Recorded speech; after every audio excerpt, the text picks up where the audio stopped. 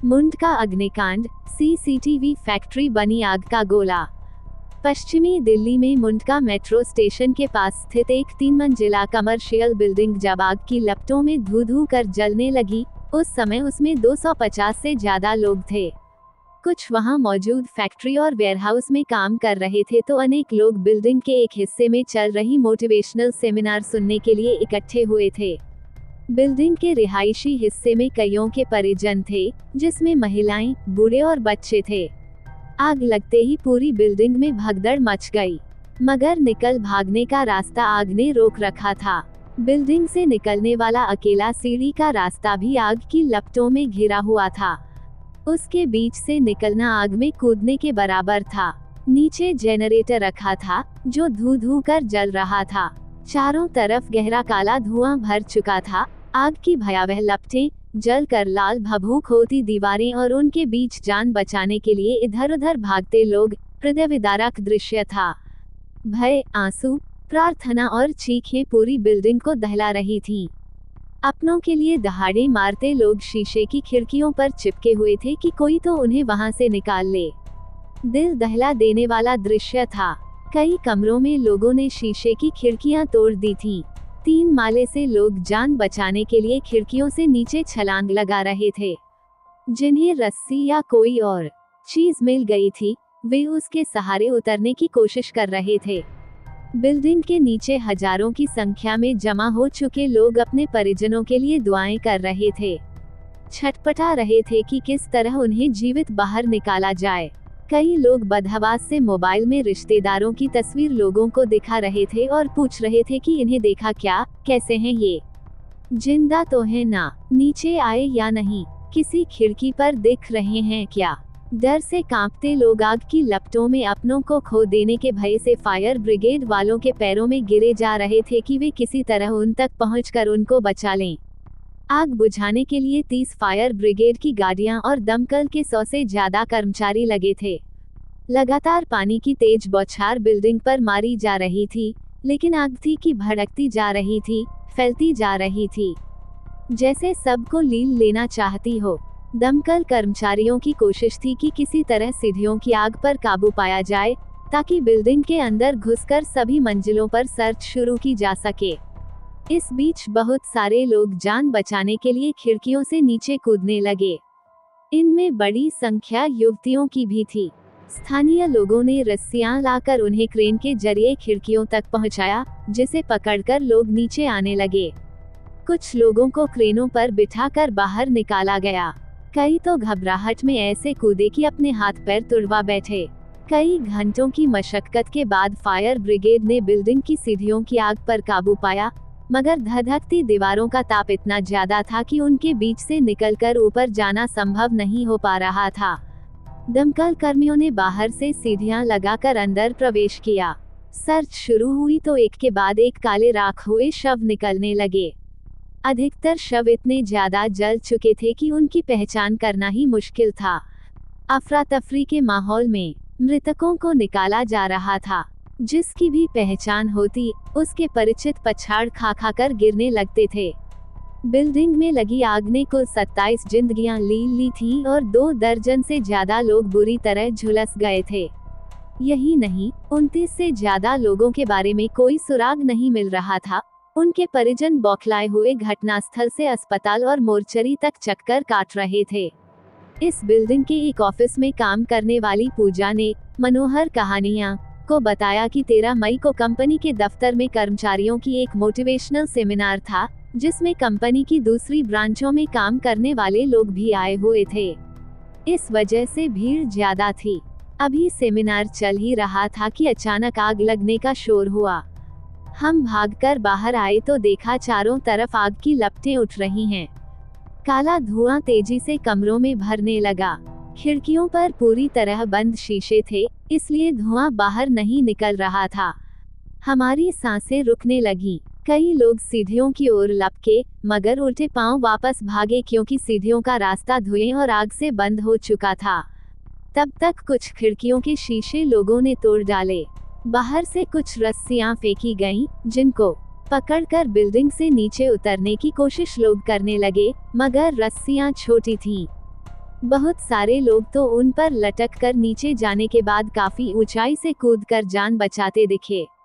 मैं भी एक रस्सी से लटक गई, मगर बीच में ही मेरे हाथ से रस्सी छूट गई। नीचे खड़े लोगों ने मुझे जमीन पर गिरने से बचा लिया।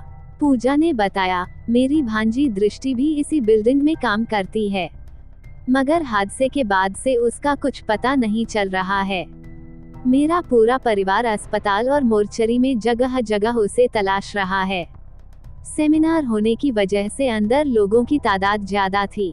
उस मोटिवेशनल सेमिनार को सुनने के लिए काफी संख्या में युवा वहां पहुंचे थे। चश्मदीदों ने बताया कि हादसे के बाद दमकल की गाड़ियां भी मौके पर देरी से पहुंची। तब तक आग बहुत ज्यादा फैल चुकी थी। आग बुझाने के बाद सर्च ऑपरेशन देर रात तक जारी था। दूसरे दिन सुबह तक अंदर से लाशें निकलती रहीं। दिल्ली पुलिस ने 60-70 लोगों को सुरक्षित बाहर निकालने की पुष्टि की है। एक महिला जान बचाने के लिए इमारत से बाहर कूद पड़ी, जिससे उसकी मौत हो गई।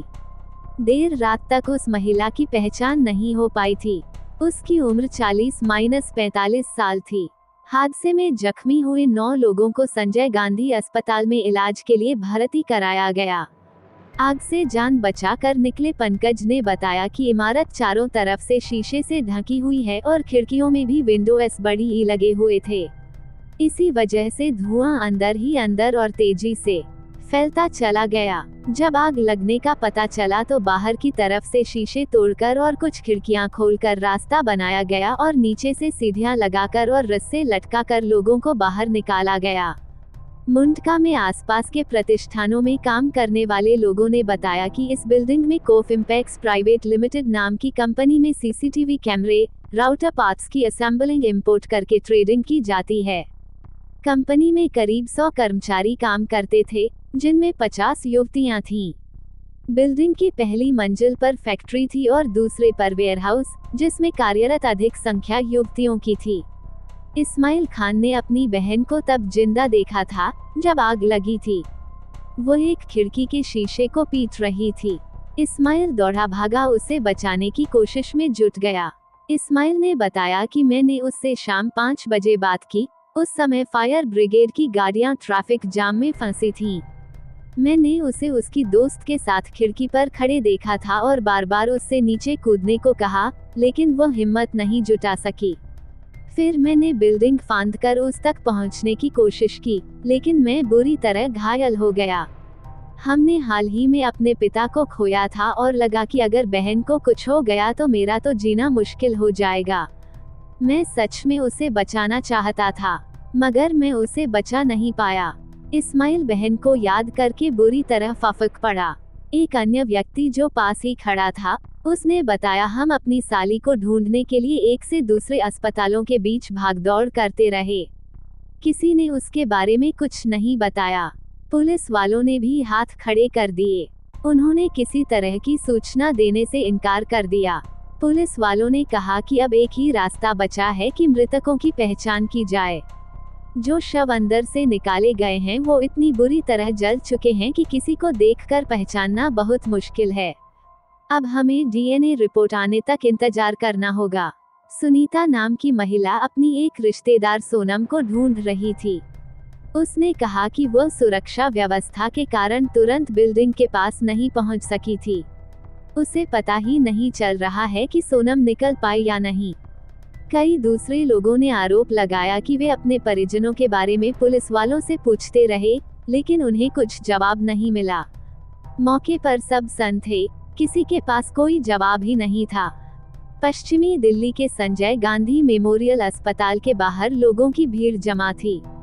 भीड़ के बीच एक युवा बमुश्किल अपने आंसुओं को रोके गुमसुम खड़ा था। उससे पूछने पर अपने आप को संभालते और आंसू पोंछते हुए कहा, मेरी गर्लफ्रेंड भी आग में फंसी थी। उसने मुझे वीडियो कॉल किया। मैं उसकी हिम्मत बढ़ा रहा था। धीरे धीरे धुआं बढ़ता जा रहा था और फिर कॉल कट गई। उस युवक की गर्लफ्रेंड अब लापता है।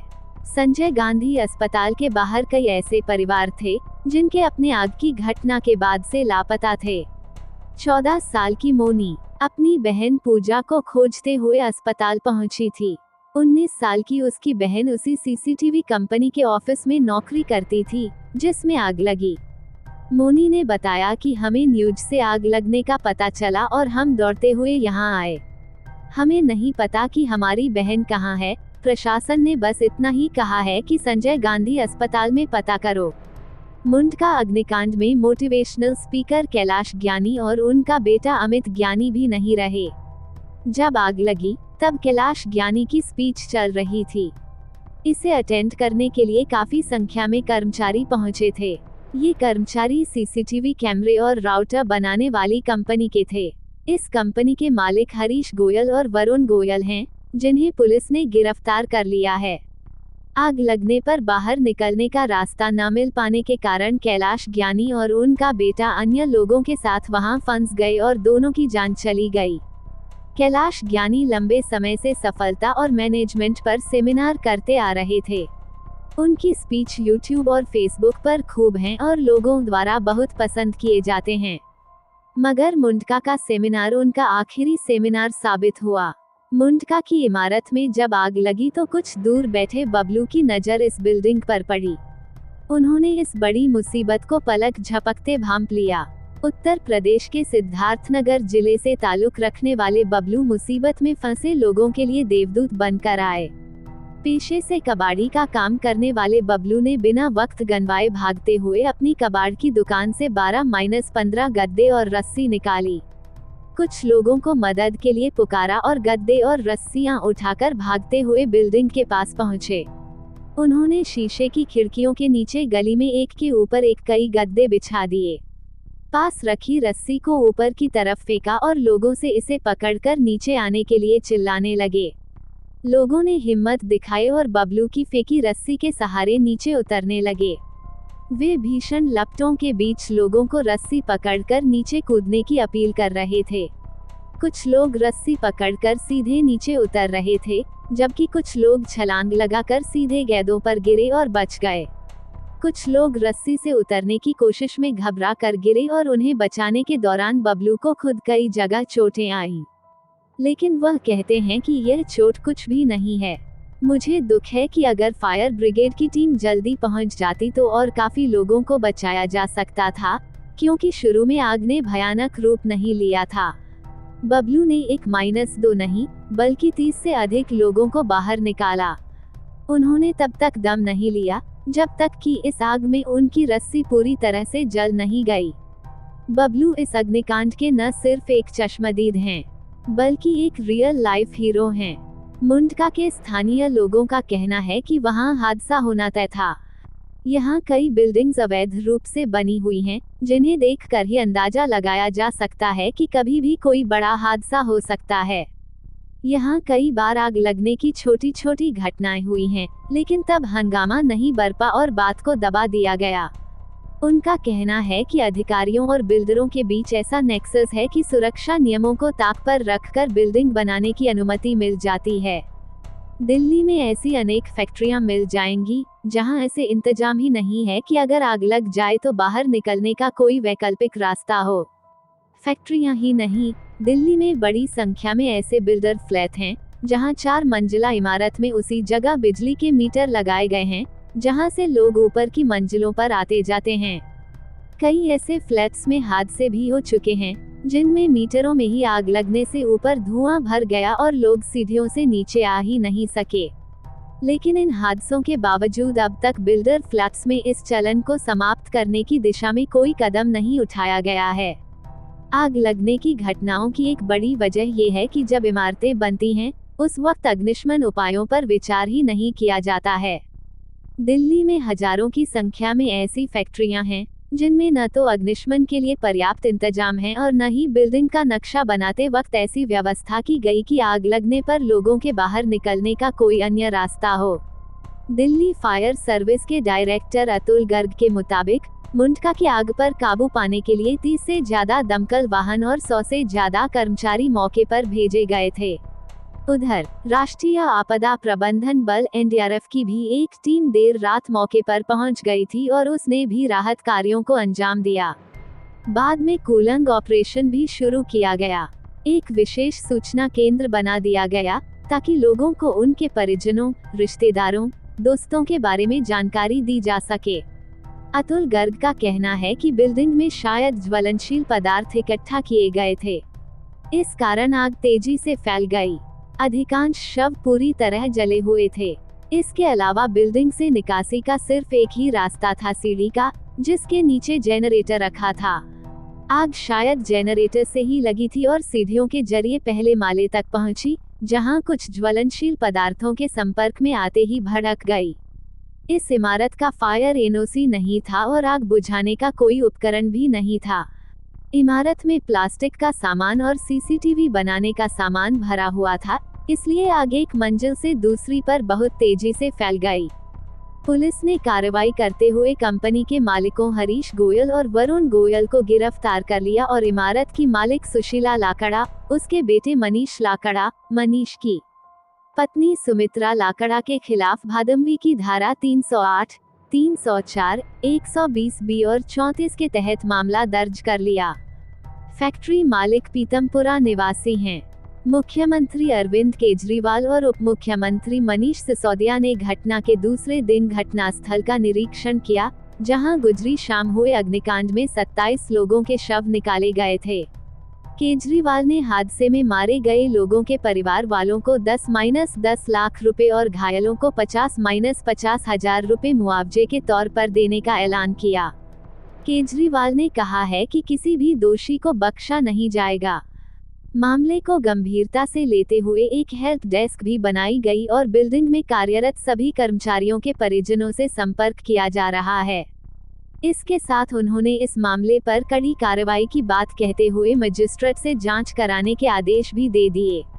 वहीं राष्ट्रपति रामनाथ कोविंद, प्रधानमंत्री नरेंद्र मोदी, केंद्रीय गृह मंत्री अमित शाह और कांग्रेस नेता राहुल गांधी ने भी आग लगने से हुई लोगों की मौत पर शोक जताया है। प्रधानमंत्री राष्ट्रीय राहत कोष से इस हादसे में जान गंवाने वालों के आश्रितों को 2-2 लाख रुपए तथा घायलों को 50-50 हजार रुपए की राशि दिए जाने का भी ऐलान हुआ। मुंडका की घटना ने 13 जून 1997 को दिल्ली के ग्रीन पार्क स्थित उपहार सिनेमा हॉल अग्निकांड और झांसी रोड स्थित अनाज मंडी में आग लगने की घटनाओं की याद ताज़ा कर दी है। अनाज मंडी में 3 साल पहले 8 दिसंबर 2019 को आग लगी थी, जिसमें 45 लोगों की झुलसने और दम घुटने से मौत हो गई थी और दर्जनों लोग जख्मी हुए थे। घटना सुबह 5 बजे हुई थी, जब जाड़े की सर्द सुबह में लोग गहरी नींद में सो रहे थे। यहाँ भी निकासी का एक संकरा सीढ़ी का रास्ता था और नीचे सामान पटा पड़ा था, जिसमें आग लगने से निकासी का मार्ग अवरुद्ध हो गया था। जिस बिल्डिंग में आग लगी थी, वहाँ खिड़कियों पर लोहे की ग्रिल लगी थी, जिन्हें अंदर फंसे लोग तोड़ नहीं पाए और कमरों के अंदर ही जलकर खाक हो गए। दक्षिण दिल्ली के ग्रीन पार्क में उपहार सिनेमा हॉल में लगी भीषण आग में 59 लोगों की जान चली गई थी। इस भीषण अग्निकांड ने पूरे देश को हिलाकर रख दिया था। सिनेमा हॉल में लगी इस आग में 100 से अधिक लोग घायल हो गए थे। जिस समय ये हादसा हुआ, सिनेमाघर में बॉर्डर फिल्म चल रही थी। इसके बाद भी आग लगने की अनेक घटनाएं हुई, मगर दिल्ली सरकार ने कोई सबक नहीं लिया।